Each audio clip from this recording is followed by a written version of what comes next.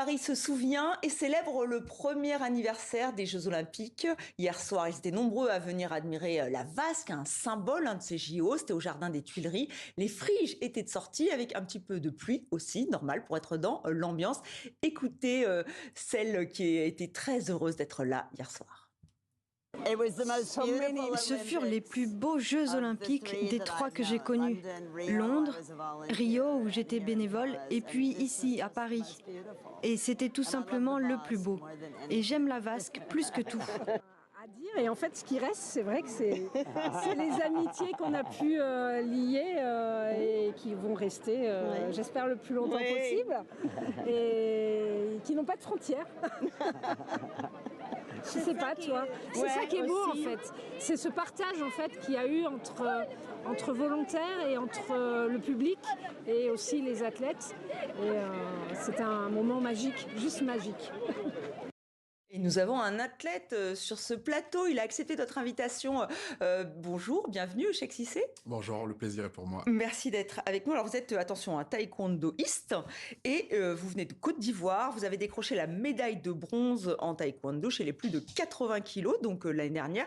Votre palmarès impressionnant, un triple champion d'Afrique, double médaillé d'or aux Jeux africains de 2015-2019 et vous avez été sacré champion du monde. C'était en 2023 à Bakou en Azerbaïdjan.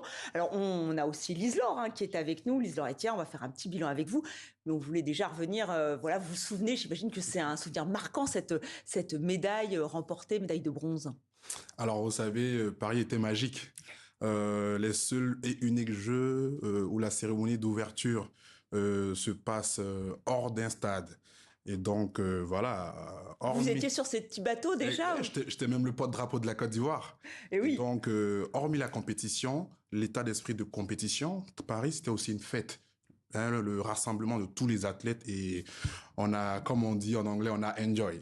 Bon, attention, vous êtes sur la chaîne francophone, bon, mais voilà, vous étiez heureux de participer à ce moment et le fait de remporter une médaille de bronze ici à Paris pour ces Jeux Olympiques, c'est encore plus fort parce que je le rappelais, vous avez quand même un palmarès assez impressionnant. Ouais, vous savez que la Côte d'Ivoire que je représente est dans une dynamique de développement à tous les niveaux, économique, sportif. On a organisé même la Coupe d'Afrique des Nations. On l'a emporté. Et donc, ces Jeux Olympiques étaient assez importants pour moi, personnellement, et aussi pour mon pays et pour toute l'Afrique. Et donc, voilà, on a essayé de représenter le pays, le continent valablement en ayant cette deuxième médaille pour moi, parce que ça fait ma deuxième médaille. Et voilà, je pense que le retour était bien, les populations étaient contentes. Ça a même inspiré beaucoup de jeunes. On va y revenir effectivement sur cet impact des Jeux Olympiques. Alors Lise Laure, vous faisiez partie de toute l'équipe de TV5 Monde qui a donc suivi ces JO. Pour vous, quel est le souvenir le plus marquant? Alors c'est vrai qu'il y avait déjà toute une atmosphère, toute une ambiance particulière à ces JO, de voir les bateaux sur la Seine et non dans un stade, comme disait Cheikh. Mais moi, le souvenir le plus marquant, c'est celui de la boxeuse Iman Khalif. Ce qui m'a marqué, j'ai suivi justement son parcours avec Pierre Desorgues, notre confrère.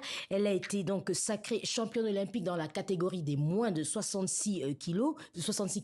Et ce qui était bizarre, c'est qu'elle a été accusée d'être un homme par l'Italienne qu'elle avait rencontrée en 8e de finale, qui s'appelait Angela Carini. Elle l'a battue à plate couture, 46 secondes, avec un direct foudroyant. On la voit là, elle est en larmes, et du coup, elle sort... On se souvient de la polémique, oui, ça avait été assez lourd. On se dit, écoute, ça ne peut être que la force d'un homme. Et en quart de finale, elle rencontre une Hongroise, Luca Anna Harmony, et la polémique ne fait qu'augmenter. Alors c'est un homme, j'ai même vu un dessin qui m'avait choqué.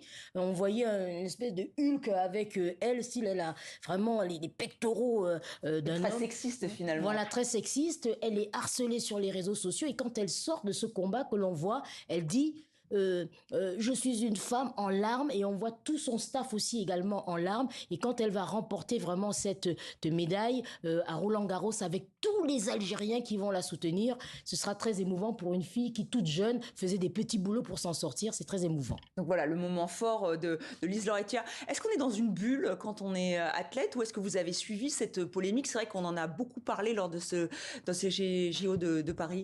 Ah non, alors faut dire que voilà, en tant qu'athlète, c'est vrai qu'on suit un peu toutes les actualités, mais on est là aussi en tant qu'athlète, on est là pour un but précis.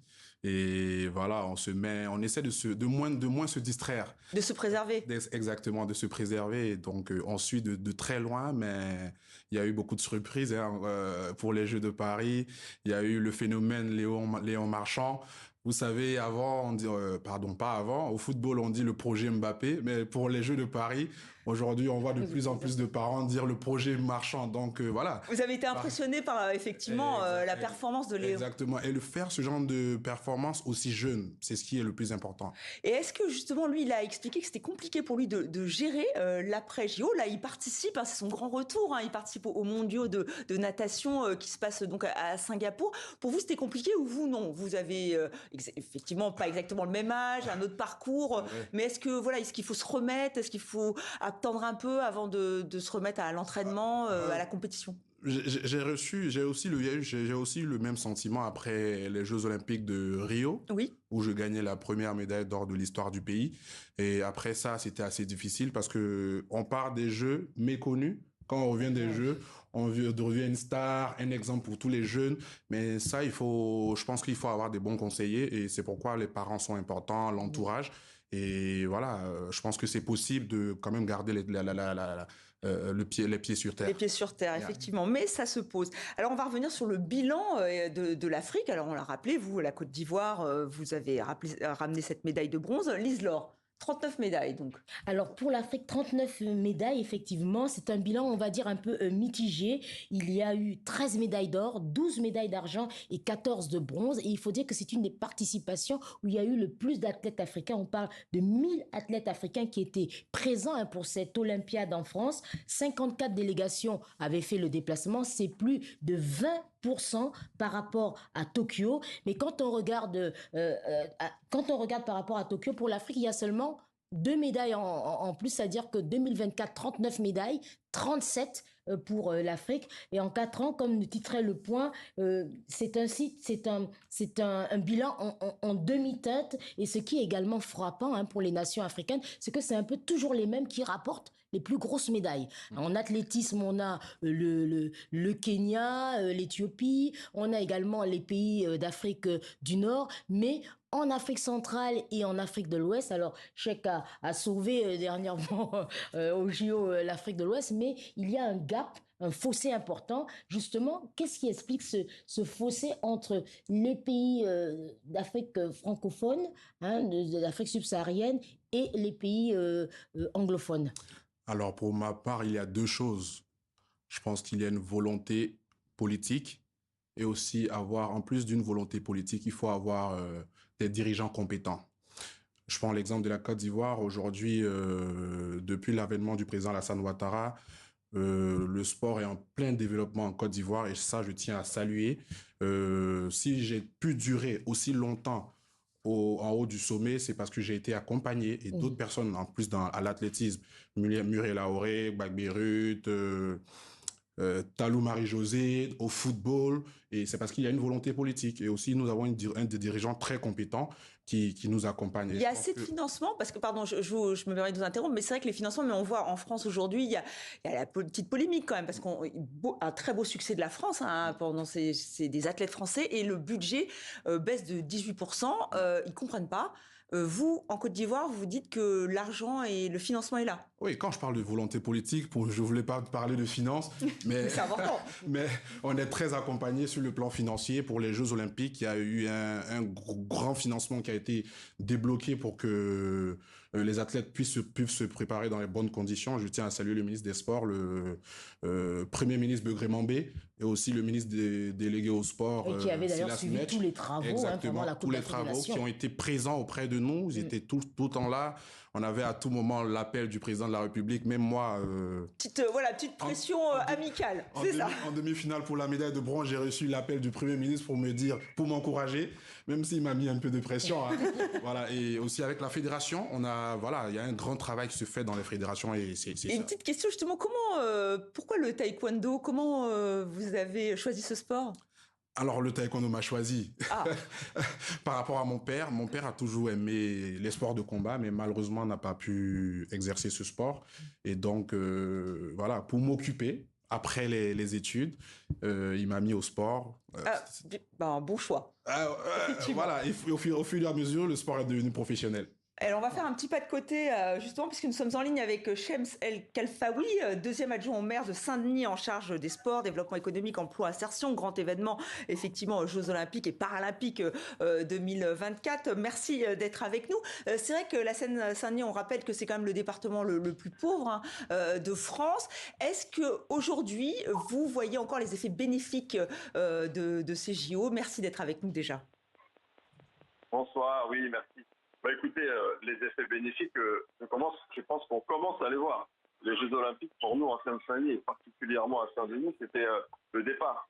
Le départ d'une histoire, le départ d'une reconquête territoriale avec tous les investissements, et aussi une reconquête sur notre histoire, une histoire industrielle qui est devenue après une histoire tertiaire, et maintenant c'est une histoire de grands événements, une histoire d'accueil, une terre d'accueil, une terre de tourisme. Donc nous, on est plutôt sur le départ que sur l'arrivée. C'est un peu comme ça qu'on fonctionne et c'est un peu comme ça qu'on a construit tout le projet en lien avec l'héritage.